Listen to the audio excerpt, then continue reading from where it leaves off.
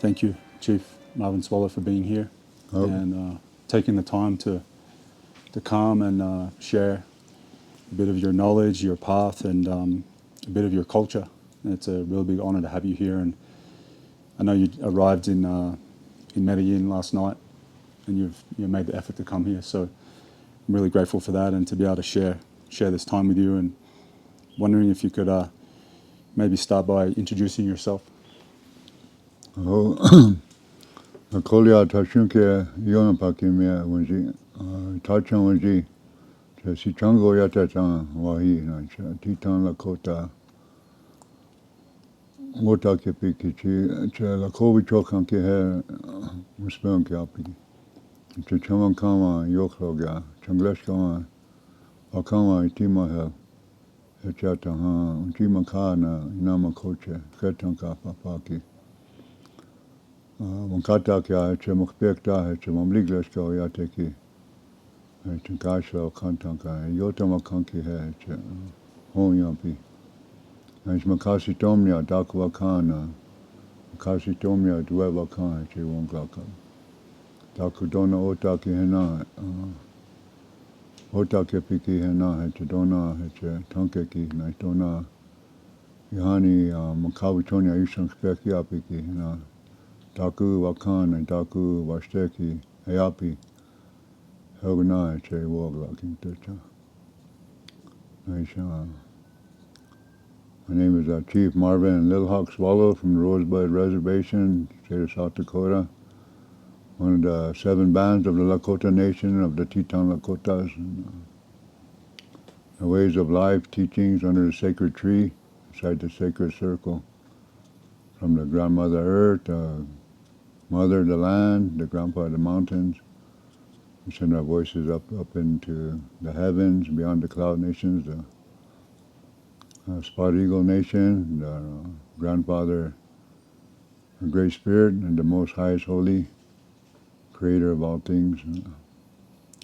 And all around the universe, whatever is holy, whoever is holy, our ancestors, ask them to be with us and guide us and protect us on our everyday walk of life and our journey on the Red Road, and all the relatives in North America, South America, and in between, and all around the universe for the 2-legged people of the earth and the world to have the connection and the respect to the elements and to the creation and the prayer, being connected with the highest and the Holy One to help us to be better people, make a better person out of anybody.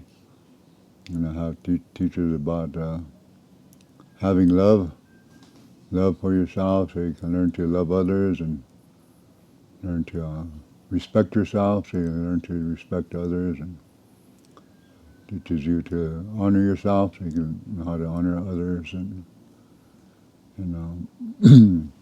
be watchful and careful and have that respect for the elderlies. You say you see an elder person having a hard time carrying heavy weight or something, so try to stop and help them, because if you're a good person, you'll be an elder someday. You may need the help, and it'll all come back to you when you need it. Same with all the handicapped people. Need help, try to help them too. Because you never know in this world today. Anybody could get in any kind of accident anytime unexpectedly. And it's all about having that connection to the Creator and these 4 winds and the heavens, the earth, and that circle of life they call the 7 directions. And when we pray, wherever we go on the earth, we always acknowledge them 7 directions and puts us inside the center of the universe, wherever we are on the earth. So you don't have to go into a church to pray. You can pray wherever you are on the earth. And they say the earth is an altar itself. So the indigenous and native peoples, they all pray that way wherever they are on the earth. And they have that connection with those ones that were here before us, the sound of their footsteps or the breaking of branches and the rumblings from the thunder beings and all those things, the winds and the water and all the elements, the fire, and having that respect. They say we all come from the spirit world and we're all spiritual beings having a human experience here on the earth. And a lot of us, a lot of people get stuck on the earth by having attachment to the world and to worldly things. They say the spirit road, it's called the Wichoni Chanku, and the English they call it the Milky Way. So that's the road of life and goes to the Christians called heaven, or the traditionals called happy hunting grounds. And it all goes back to how your faith and your belief. 'Cause over there they say that the Wichoni, the happy hunting grounds, they have a lot of many teepees there, and they have one there for you. So being connected to the ways of life of our ancestors, if you really love something or cherish something, they say, when you get help from the Creator, or if you get sick and you get well through ceremonial ways, through the Creator and through prayers, they always have gratitude and grateful for those things, so they have giveaway, and they give away those things that they really like and cherish. That way, he said, when you go to the spirit world, whatever you give away in the Creator's name, you put it in one of those teepees for you, and when you get there, everything you give away is waiting for you in that teepee. Or the Christians say the Lord have a big mansion with many rooms, and he has a room in there for you. Puts everything in that room. So gets people less attached to worldly things, and people even today when they die and they're going, then they can't. My new car, I can't leave that, or something on this world that they can't leave. So on that spirit road, it says a star. See a star come down, and the old people always say, "Oh, somebody helps you try it again." They're attached to the world and these worldly things, all the confusion and all the things that lead people astray. And they say the red road is it's a very long road and very hard road, but it's a good one. It's a good one that will get you there. People are going like single file on there. Not too many people like on Broadway. Like on Broadway and the Red Road and Sacred Road, they said they run side by side. It's easy to get people know even on the freeways, the detours get detoured off down into Broadway, and look like people having fun there, having a good time, drinking alcohol or doing drugs and laughing around and dancing. But behind that, there's more misery, more things, more sad things and bad things going on, and some people they lose their families or lose their personal things and end up more drunk or more drugged up, and some people can't walk no more, just falling over and trying to sleep anywhere, or losing that respect for everything, the elements especially, and forgetting about the Creator and forgetting about the Mother and all these holy things that we're here to experience. Then they say the life on the earth and the world is an illusion. And they say the reality is one step away, one to go up to the happy hunting grounds or the heavens. And they have a word for the happy hunting ground they call Wichoni. That means life, and there's 3 Lakota words. We, the sun, Chocho, is beautiful. And then Ni is to live, to breathe. To say Wani, I live, Yani, you live. So the word ni, so they break all those words down to wichoni, which it means. That means beautiful life under the sun. And then on the earth they call it makawichoni, that they're saying life on the earth, under beautiful life on the earth under the sun.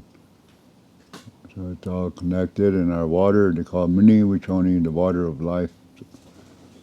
No water, no life. So I say, try to drink water, drink more water, more than anything else. And those things that wachekia, use the word wachekia. Wa in Lakota, anything begins with wa is wakan, or holy, or sacred. Then to chea is to cry. And then kia is to give. So like when you're talking, when you're praying, you said the prayer is when you're talking, crying to the Creator. That's what they call the word prayer. So when it's coming from your heart, not just from your mind, thinking about all these things you want, things like that. More about really important things about life and connection to the home and the family and the extended family and the community, the tribe or the nation of people, wherever you're from. And they say all people that are here have been here before. And in other lives got been attached to the world here and still here. So they said that red road, so everybody on it ain't going to make it over there because of the worldly temptations and all the confusion and all the detours, and then you get detoured off and get attracted to something else. All the good times, drinking and doing drugs and losing that connection to the Creator. And even some of them been born around those ways. They fall into other things and kind of leads them astray, and they want to come back, but they don't. So then some of them after many years, and they make it back and change their lives again. So they say, even the Christians say all the saints, they have their past, and all the sinners, they have their future. So he said all starts from that first intention in the mind. However you want to do, tell the Creator about it. He said we all been blessed by prayers we made to the Creator. Maybe not in the way that we thought it would be blessed, but it was blessed in a way so we'll understand. And that we'll, more connected you are to it, then you can start to see your prayers. And like they say life is a garden of life they call it. So they say don't forget your prayers.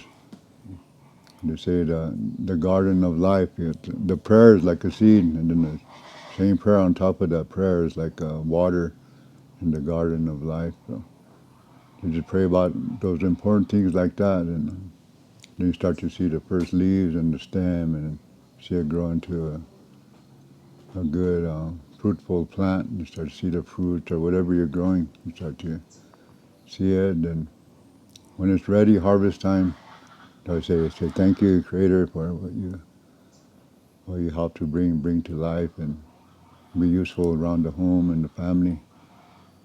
So it's like the circle of life, there's no beginning and no end. It just keeps going, like the fire of no end. And we're just on the earth temporarily, so make the best use of it. And, if you're out there lost, come back home. Then that's where Grandpa and Grandma, you'll find them in the fireplace, and you'll remember those things that they talked about. And, the traditional things they call traditional are things that work, that were handed down through the generations. They call traditional. So. What do you think is? I really appreciate that word that you just shared, because I think it's important for people out there, and a lot of people that are listening may come from let's say like a non-native background, or they've lost connection with their ancestral kind of traditions and homelands. What do you think is a good way for people like that to reconnect themselves to that path of life? Lakota, they have the white buffalo calf pipe woman who left a lot of teachings about that love and understanding, respecting each other. She brought the gift of the sacred chanupa, the sacred pipe, and they say chanupa is generations come from this. One is a woman and one is a man, and the generations follow a man and a woman. They don't follow a man and a man or a woman and a woman. So those are some of the original teachings about generations and generation fireplace and things like that. And not knowing those or being taken away from those, a lot of the governments and things that kind of took people away from their homelands and their teachings, and they were forced to learn other languages and go into different boarding schools under other churches' names, and to their theory or motto was kill the Indian and save the man. So they did a lot of things like that, and I don't think not only in North America or South America, but around the world, they did that to people, and to strip them from that and take the power away from them and their people and the women and all these things that distracted a lot of people from not knowing about their traditional teachings and beliefs, and just being like another wild animal out there. And to their manifest destiny theory too, they said if they didn't know, they call it the Lord Savior Jesus Christ, if they didn't know him, then they didn't have no soul. So if you like where they lived, they had their gardens, their home, to go ahead and just get rid of them, then you could have that place. So that's what they did across the Americas, from the south all the way up north, and probably all over around the world, different places. And, still going on today. Our governments are all connected to that, and we all have to have learn to have respect for other people and other cultures and other ways, because we are only human beings having, or spiritual beings having that human experience on the earth, and we're only here temporarily, so we have to, the happy hunting ground is everything is there. That's where the real life is. So once you're on the road, you say once you're in, you're in. There's no, so the Lakota ways of teaching, they say it's a way of life, and once you're in, and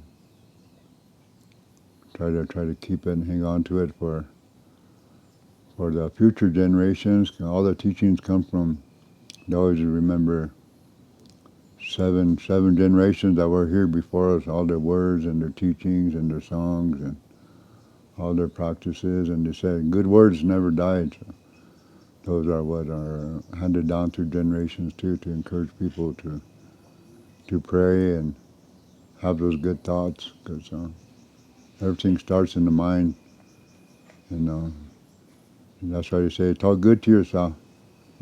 Tell the man, tell yourself you're a handsome man. Tell the women, tell them to tell themselves they're beautiful ladies, because that's what keeps them healthy and strong and bright and smiling and be happy. And they say beautiful and stay handsome that way. And they always say, Wakan, that's what they call the children. Wakan is sacred or holy, and Yaja, they're like sacred light, because they're fresh from the spirit world, and they're very pure. There was impurities, and scold a child might make them cry, but next minute or two they'll just come at you with big wide open arms and big smile and give you a big hug again.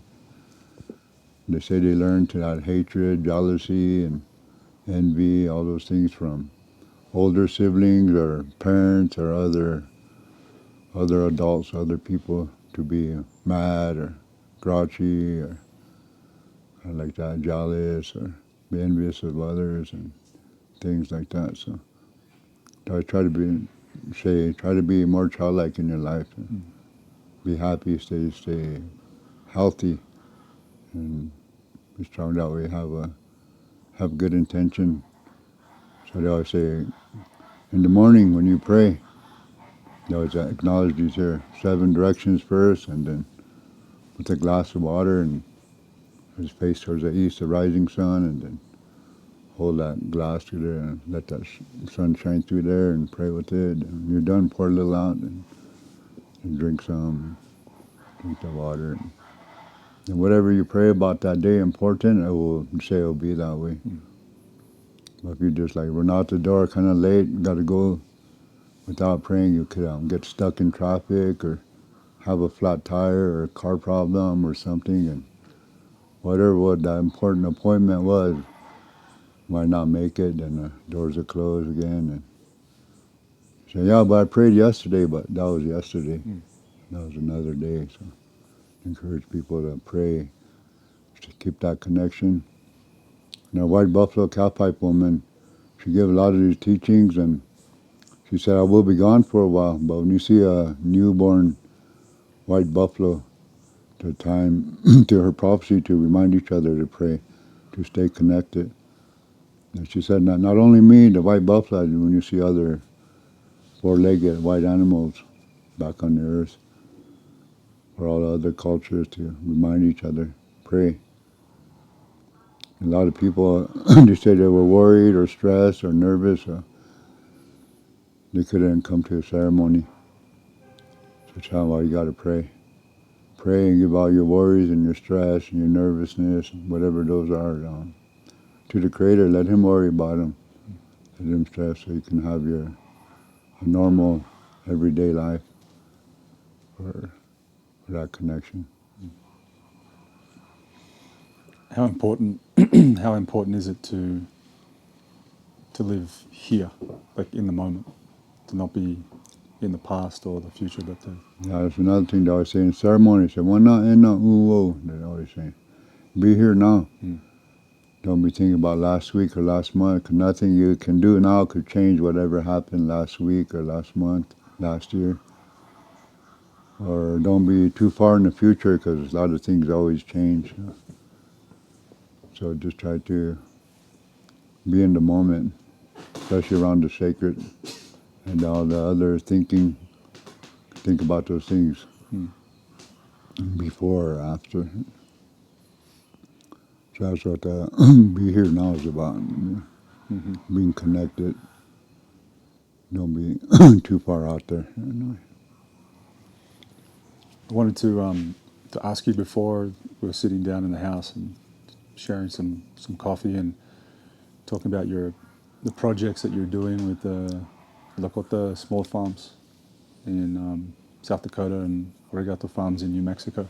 Maybe you can share a bit about like that prayer, that project, what you're doing. Arigato Farms in New Mexico and Lakota Small Farms in South Dakota on the Rosebud Reservation.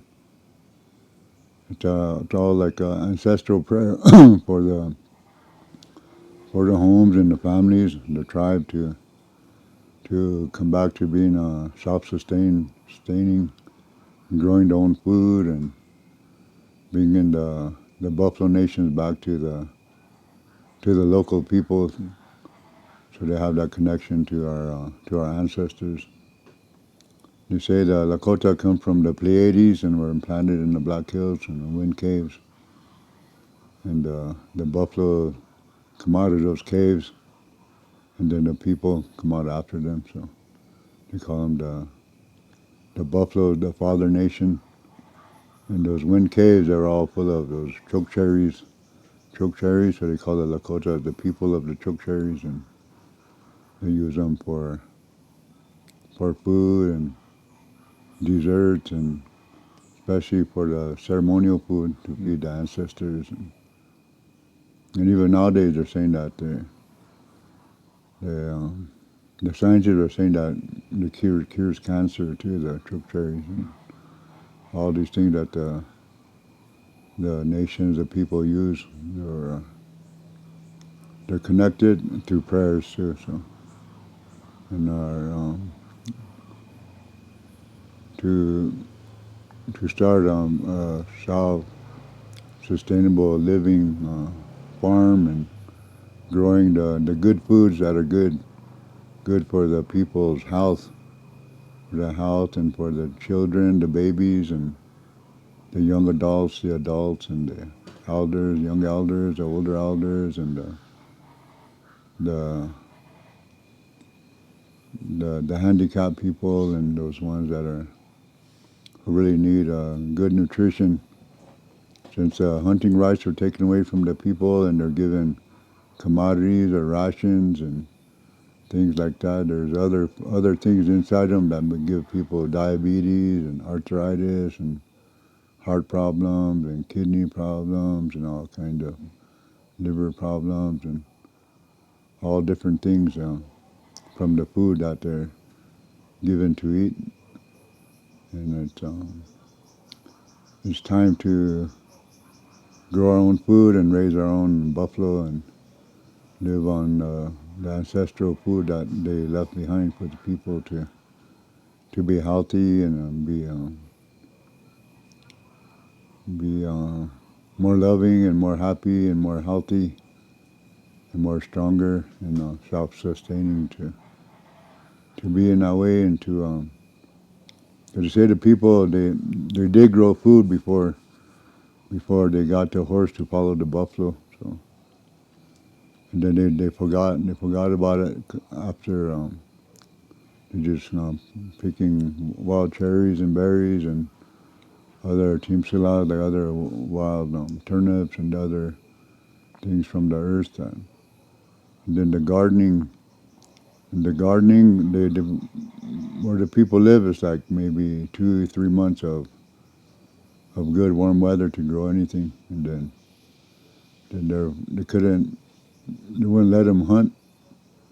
The rations and people they got get thrown in jail if they went out hunting for themselves and things like that. So we wanted to bring that culture back to our people, to our children, to be grow up that way too, and be more sustaining life and happy, healthy life. So that there's like part of a dream and a vision of the ancestors too, and just carrying on the prayer for them that they left behind. 'Cause it's going to come to reality soon. And there's times now to do that, and because the way the world is and everything going on, and the people who made the COVID and people who made the vaccine, even worse, the ones who made the COVID, and all these things about going on in life, and not only affecting our people, but people all around the world. It's going on. They're trying to depopulate the world and things. It's time for us to maintain our own selves and keep that balance with the earth. And uh, uh, the White Buffalo Cowpipe woman, her teachings is about the flowering tree, the Sundance, and all the colors of mankind will come back to that flowering tree and connect it to the earth and the heavens was beyond the clouds, and then that circle of life. To say only 7 are here forever: the sun and the moon, the stars, the rivers, the oceans, the prairies, and the skies. The rest of us are just visitors here on this planet Earth. So, and then they're talking about songs, singing songs. There's the prayer songs of making the music to creation, to the trees and the plants and the birds and the bees and the fishes and those ones that are sliding across the ground and those ones that live under the water and underwater world. And ancestors, they call them the invisible people. You can't see them, but they're around here, and you could hear their footsteps, or you could hear the breaking of branches, or the landsliding, or the wind blowing, the thunder, the rain, and all those elements the presence of our ancestors and all the trees. They said a lot of the ancestors are in the trees, and all the good spirit they're all around us all the time. So I always talk about having that respect for the elements and being connected to them. And when the loved ones pass away, they always give them that spirit food, and for all the other lost souls out there roaming around and things. So that's how we help to pray our relatives and our ancestors over there to the happy hunting grounds or into the heavens like that. And they say when they get there, then they pray for us. So we'll be good people and we'll make it and we'll see them again. In Lakota, there's no word for goodbye. I just said, I'll see you again later. So when someone passed away, they tell them the same thing too. See you again later over there. So that's how they talk to the spirit. They always call them kola, call the spirits friend, because you don't want to call a spirit or somebody you can't see. You don't want to call them an enemy. So try to make friends with nature and the elements and everything connected between the earth and the sun and the moon, under the stars and the clouds and all around the universe. So we're all equal, we're all one, so to use a word, Mitakuya Oyasi, all my relations, all the way down to the smallest ant and all God's creations. So we're related to all the winged ones, the four-legged ones, all the plant nation they call the one-legged ones, and all the flowers, the grasses, the trees, the waters, and what lives and grows under the water and all around the universe. So I'll say about that much. Who talk us? La tierra, somos la vida, somos la luna, la estrella, la